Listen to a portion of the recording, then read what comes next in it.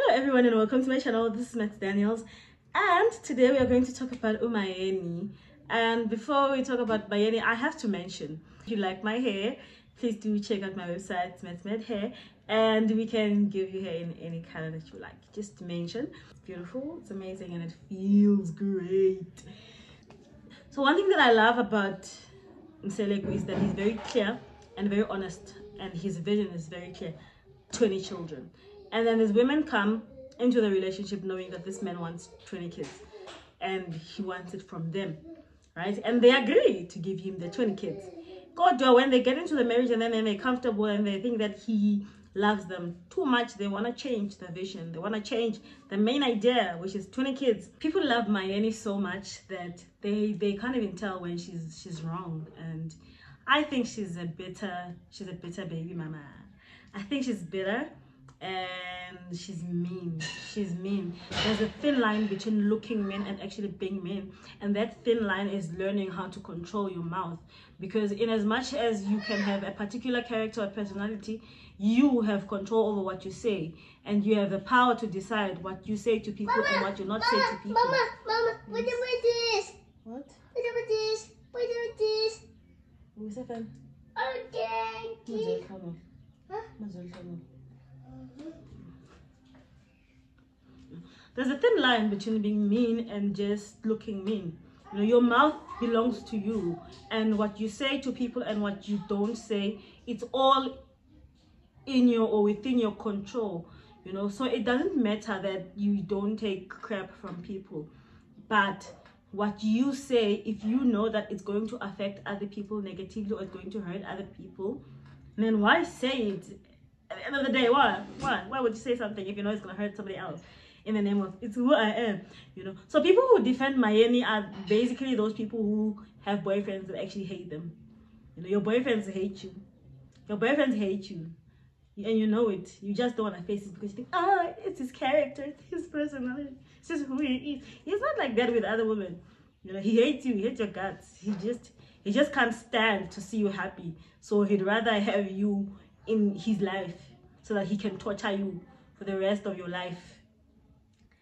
Think about it. Don't hate me, just think about it. I could be onto something for a lot of women. So I think Mseleku is very clear about what he wants. He wants 20 kids. He wants 20 kids. And these women, when they come into the table, they know exactly what this guy wants. They know this guy's intentions. You know, but they decide, no man, we'll change him. I guess that's what we do as women. No, we'll change him. I'll change him. From as long as he's with me, he's gonna be so happy and content. He will forget about the 20 kids. But Mseleku is onto something. He's like, listen, my goals are clear. I know what I want. I know where I'm going. It's either you're going with me or you're not. And which is amazing but sad for people like Uthando, because Uthando now, she can't have kids of her own, you know, and he won't help her.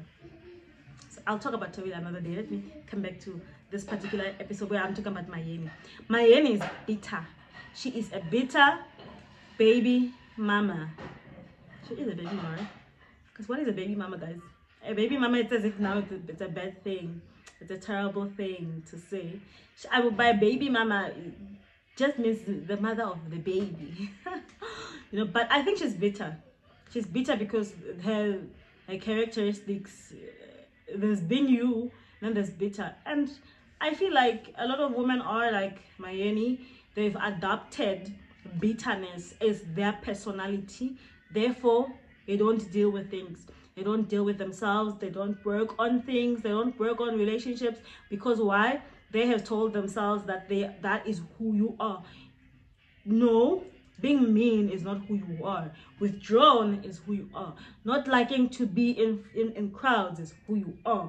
Being talkative is who you are. Being mean and rude to people is who you choose to be, you know, and it's very much different. Everyone just keeps walking away from you. Everyone just keeps leaving you, and then you're like, if you can't stand my character, then just walk away. No, change. Life of being by yourself and being alone, it's not nice. It's not nice being alone, you know, unless you have a lot of money and you can buy people to be around you. But if you can't buy people to be around you, can't buy everything, then it's nice having people around. It's nice having people, family that you can rely on. But if you're gonna have a main character and you're not going to accept that you are hurting inside, you are broken, and you need to deal with those elements in your life because they affect your personality, and you are adapting. You know, a lot of baby mamas are bitter because they don't want to accept that they're bitter. I suffered from that for the longest time. I remember one day I yelled at my son, and then when I finished yelling at him, not Levi, like I finished yelling at him, I was like, no man, why am I yelling at this boy? And I knew from that moment, okay, I've known for like a long time. But then that just made me realize, no, it's bad. It's bad. I have a lot of bitterness inside. I have a lot of hurt and a lot of pain that I have not dealt with, and it's affecting what? My personality. The same thing with Mayeni, the same thing with a lot of people who are hurting and broken inside, but we don't want to acknowledge that we are hurting. We don't want to acknowledge that we are broken. So what do? We project those feelings to the people that are around us, and we are mean to people. We yell at people, and we will never deal with those things because we don't want to admit, I'm not a bitter bitch. I'm bitter, okay, like not much anymore. Now I'm just dealing with myself. I'm growing, and you know, I'm dealing with my pain, especially the pain of losing my mother, and the pain of, you know, being with a man for so many years that hated you. You know, it takes time to heal from all of that, you know, especially as a woman of God, because you never think that it's something you could actually experience or something that you actually grow through, you know. So it takes time to heal, and I had to get to a point where I understood, you know what, I am the baby mama, and I need to deal with it, and that's okay. I'm okay with that. That's okay. I need help, and you know, I can't do this by myself, and the Holy Spirit is doing a very good job helping me. And you know, talking to people sometimes also helps. And one thing that works for me most of the time is that when I tell people about my situation, or I tell people something that I'm going through, I try my best to not tell them a one-sided part of the story.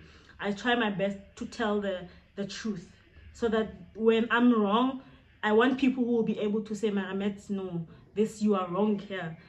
Those are like good friends. Those are genuine people who are not going to tell you, no, man, I'm going to tell you, no, you are out of line and this is wrong, you know, and something is wrong with you. You need to see someone. Those are real friends. Those are real family. Those are people that you need to keep around you, you know. So people like Mayeni and you who's watching that, no, you're always yelling at your kids at work, they don't even like you because you're always yelling, you are a control freak. All of those things are signs that something is wrong and you need to fix it. There is something that's broken. You know that you are not always like that. You are not always rude to people. You are not always mean to people. You are not always yelling at people. You are not always yelling at your children. You are not like that, you know. But something happened in your lifetime, you know, that broke your character and your personality and turned you into this monster that no one likes. And unless you deal with that on the inside, you always say, this is who I am, because now you're like, this is me. If you take it or leave it. No, thank you. We'll leave it. You know, we'll leave it. We're not going to take it. We'll leave it. You know, so deal with it. Deal with yourself. Do not allow those bad habits, those bad characteristics to reflect on your family and friends and hurt people that you love, hurt people that genuinely care about you, and push people away, you know, that genuinely care about you, just because you are hurting and there are things that you've bottled on the inside. Where you are that kind of person who, little by little, every time a friend does one mistake, one small, you cut them off. You know, you can't cut everyone off. You need to understand that. I think growing up in a big family, we were 6, right? 4 siblings and 2 parents. Growing up in a big family, my brothers and siblings and my dad and mom, everyone would fight with everyone all the time. But we knew that we're not fighting to break up. We're not fighting permanent. Even now, there are moments where it gets heated. We fight. We fight. You know, and when we fight. We don't like fight physically, no. Doesn't get to that. But we fight and we disagree. And the radios are played. Music's played loud. And, you know, tantrums are thrown. We don't talk to each other for like 3 days max. weak necks, you know, no apologies given there. You just hear my brother calling and saying, can I please have my charger back? Or I'll call and I'm like, can I borrow your charger? That's like the apology. Like that's, I'll just take it, you know. You'll call like, can I borrow 300 rand? And I'll just take it, you know. I know that I'm sorry, so it doesn't have to say it. Like, it'll be nice if he said it, you know, but sometimes you just gotta take what you're given so that life cannot go on. So I grew up understanding that when we fight, we don't fight to break up. We fight to resolve situations, and so that people and the next person knows what you're going through and they know how you feel, so that they don't repeat the same thing again the next time. So I think that's very important. You can't cut everyone off. Learn to forgive people, because you lose genuine people that genuinely care about you just because you disagreed about a matter, you know. So let us not adopt painful characteristics and call them our character and say it's who we are. Not, it's not who you are to be mean and rude to people. It's who you choose to become, and that can be caused by a lot of internal things that you went through. So let's heal. Mayeni needs to heal. She needs to get over this pain and the bitterness that she was supposed to be the first wife, and now she's not calling the shots. If Mayeni had been the first wife, that polygamy would not stand. It would not stand right now. It's only standing because MaCele is holding it together. You know, he chose the right first wife.